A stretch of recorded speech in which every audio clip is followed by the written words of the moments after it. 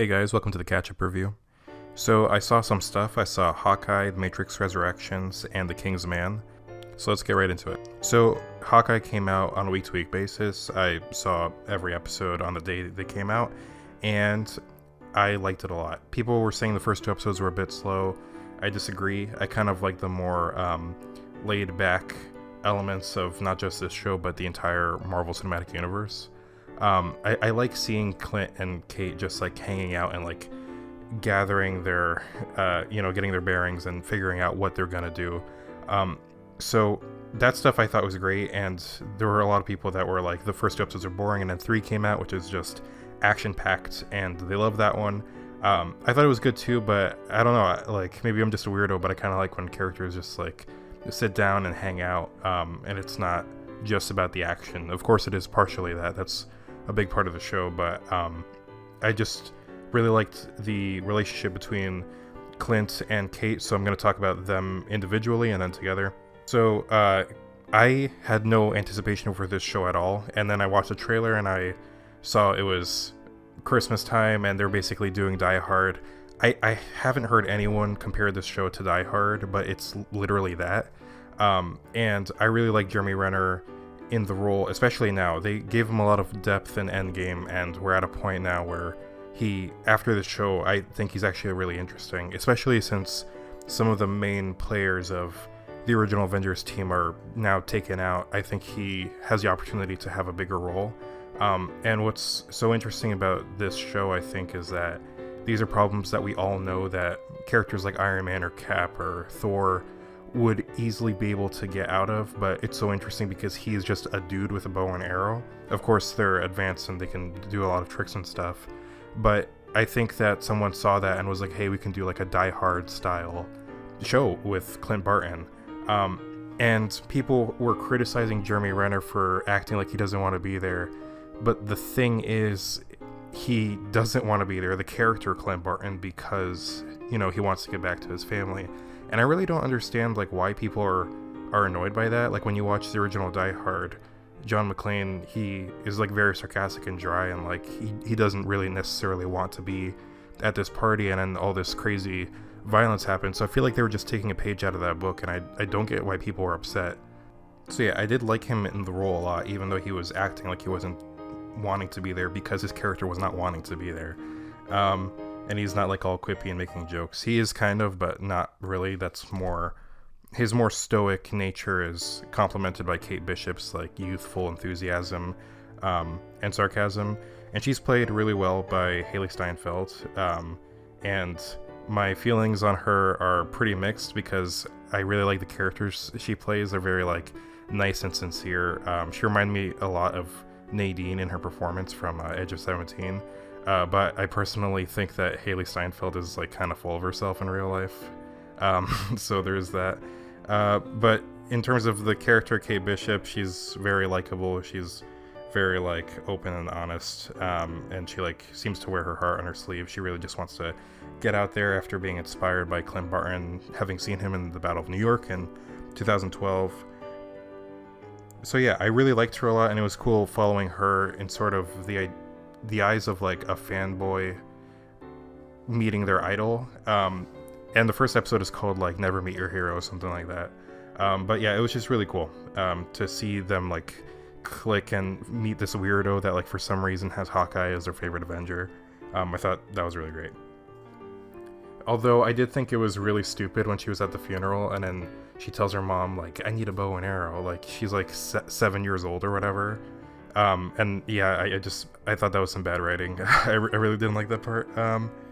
But yeah, apart from that, Haley Steinfeld plays the role really well. And I think Kate's a fun character. So then moving on to Yelena. Yelena shows up on the show, and I remember she was confirmed like months back, but I completely forgot she was in it. I was like, I was talking to my brother, I was like, do you think Yelena is going to show up? Because we've got Echo, we've got, the big guy, we've got all this stuff with the tracksuits like building up. How can they fit Yelena in this? And then Yelena does show up, and I have mixed feelings on Yelena, because I like her a lot in the Black Widow film. She's very fun, and I liked her a lot in the mac and cheese scene on this show. But then after that, she tells Kate Bishop to like stay out of her way essentially, and I feel like she should have just been completely robotic and not playful after that. And in the last episode, her and Kate, they have a lot of like jokey back and forth, and a lot of people like to criticize, but they criticize the comedy of the Marvel Universe, and I, like 99% of the time, think it's funny and works. Occasionally a joke doesn't work here and there, that's fine. This is one of the only times in this last episode where the comedy just did not work for me, and it happened with Yelena and Kate's interactions. I think it could have worked if Yelena had just been completely straight and like serious and robotic, and then Kate was the one making jokes and like trying to soften things, and then Yelena's just like throwing her around. I feel like there could have been comedy there from Kate's half, but Yelena should still be 100% in her mission, because she's making jokes and stuff, and it's like, do you actually want to kill Clint Barton? Because he's gonna get away if you keep like making your dumb jokes about like doing a cool kick or whatever. So I liked her comedy in the mac and cheese scene, but I feel like after that she had to just play it straight and just been like the killer that she is, essentially. Speaking of comedy that didn't work for me, I was okay with the LARPers until the last episode. When they were like, all right guys, it's time, I was like, please tell me they're not going to put on their fucking costumes. And they do, and it was just not funny. It was just really lame, and that's part of like a huge part of what ruined the finale for me. I liked all the episodes except the finale. I feel like they should have just gotten more straightforward, just because the comedy really didn't work, in my opinion. And that's coming from someone that typically really likes the comedy of these movies and shows. And then there's Echo, who is sort of one of the main villains of the show. She's got a bit of complexity.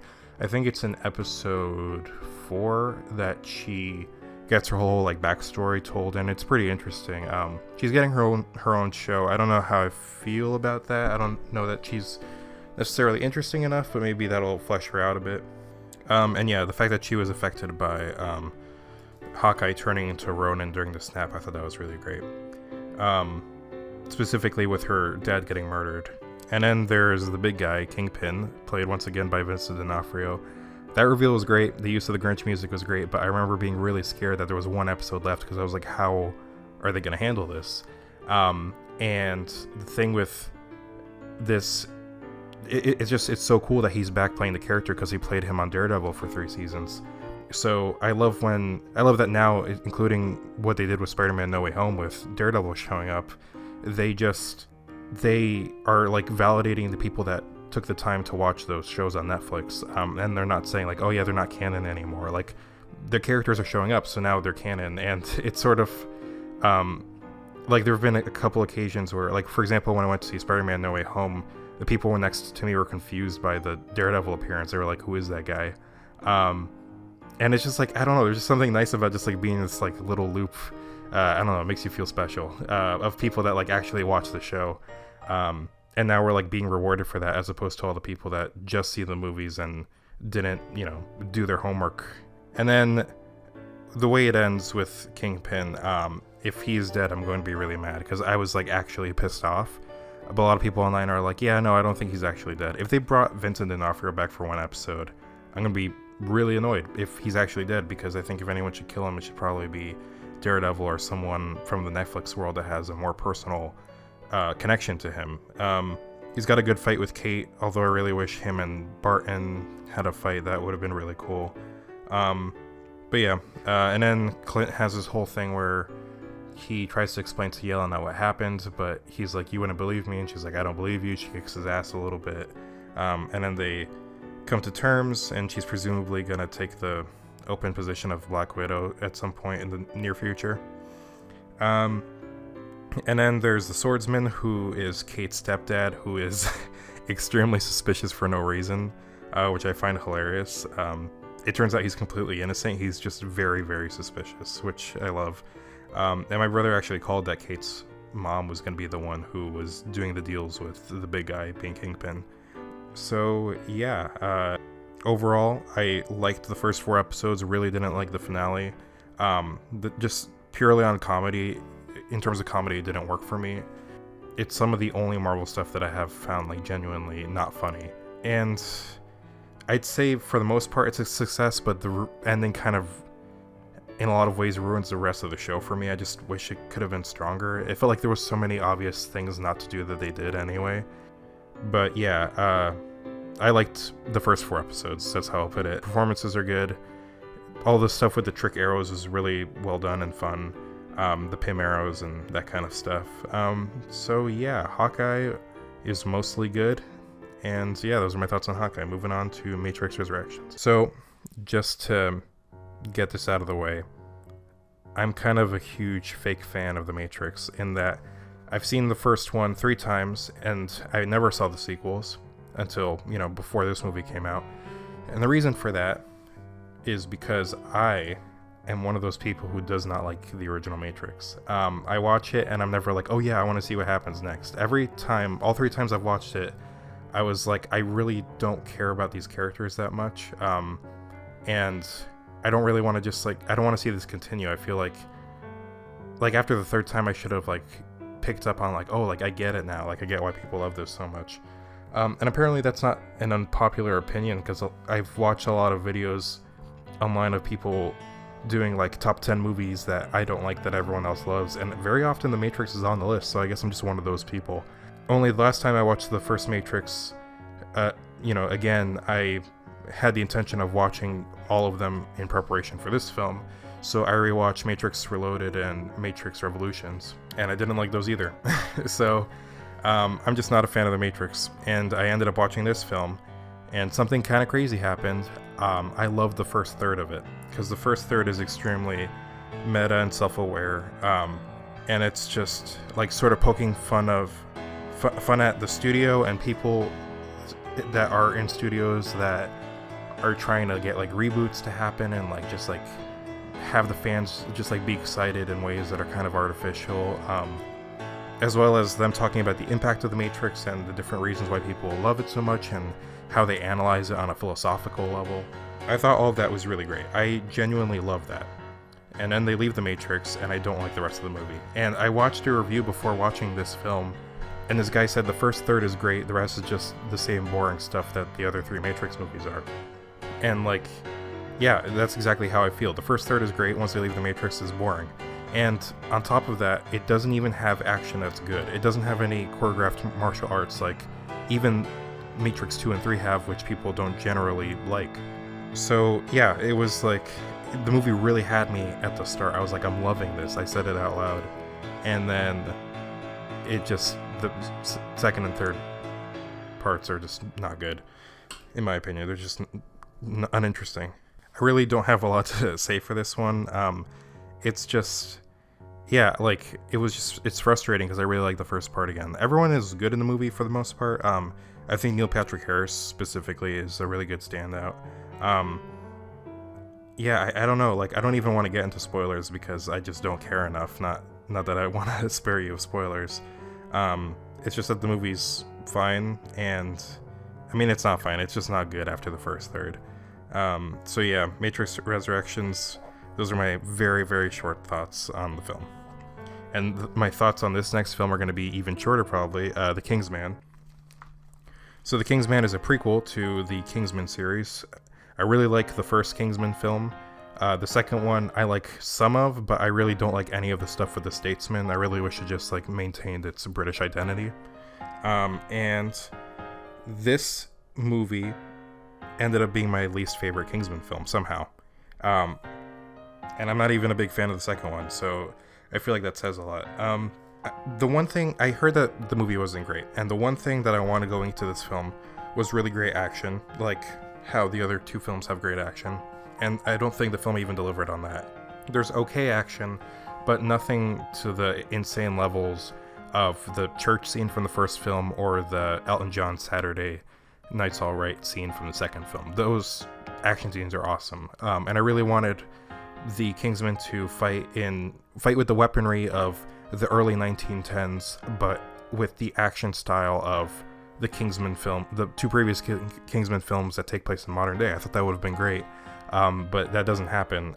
There's a fight with Rasputin that's alright, but it really doesn't have the style that Matthew Vaughn usually has. And I was just very shocked by that. I at least wanted that. And I also found the characters pretty boring, especially in comparison to Eggsy and Harry and even Roxy from the other films. I thought they're much more interesting characters, and here Ralph Fiennes is pretty good in it, and the guy who plays his son is alright. But then, like, all the sidekicks, the lady, the sort of butler guy, they're very, like, boring and, like, two-dimensional. It just felt like they were, like, supporting characters, and it just didn't really work for me. The one thing that the film that I did like was Rasputin, but, like, he was fun, and then aside from that, I really didn't care. I was thinking about that while watching the film. I was like, I really don't care about any of this.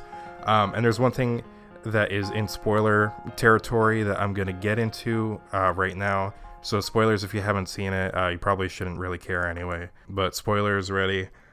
So before the third act, the son is fighting in the war, and they make him interesting, and then they kill him. And I was like, why would you do that? It's clear Matthew Vaughn was trying to do a reversal of the first Kingsman film, in that film, the mentor gets shot in the head, and then Eggsy has to finish the fight. And then this is the opposite. The son figure dies, and the father figure has to finish the fight. But, like, they made the son interesting in the war scene, and then they just killed him. And it sucked. Because, like, I was like, okay, now I can get behind this character, and then they just murdered him. And they don't have the future technology of the Kingsman, the Golden Circle film, so they can't do that, like, brain stuff to fix bullet holes, whatever the hell. So yeah, that was very frustrating too. The villain, I predicted pretty easily. I mean, I predicted that who the mole was, but I wasn't expecting him to also be the main villain of the film. So yeah, overall, I didn't really like it. I thought it was pretty dull. I wish I had the action and over-the-top CGI and effects of the other two films in a way that felt like fun and cartoony and insane. And that's how I would describe the first two films. They're insane, even if I don't like the second film that much. But this film doesn't have that insanity because I think the period piece nature of it clashes with the style of the Kingsman films, basically. So yeah, those are my even shorter thoughts on the Kingsman. I didn't care. I didn't really like it. So yeah, on that note, thanks for watching my review. I have seen Cobra Kai Season 4, and I'm halfway through the Cowboy Bebop remake, so I'm gonna have those two in one video next time. Thank you so much for listening, and take care.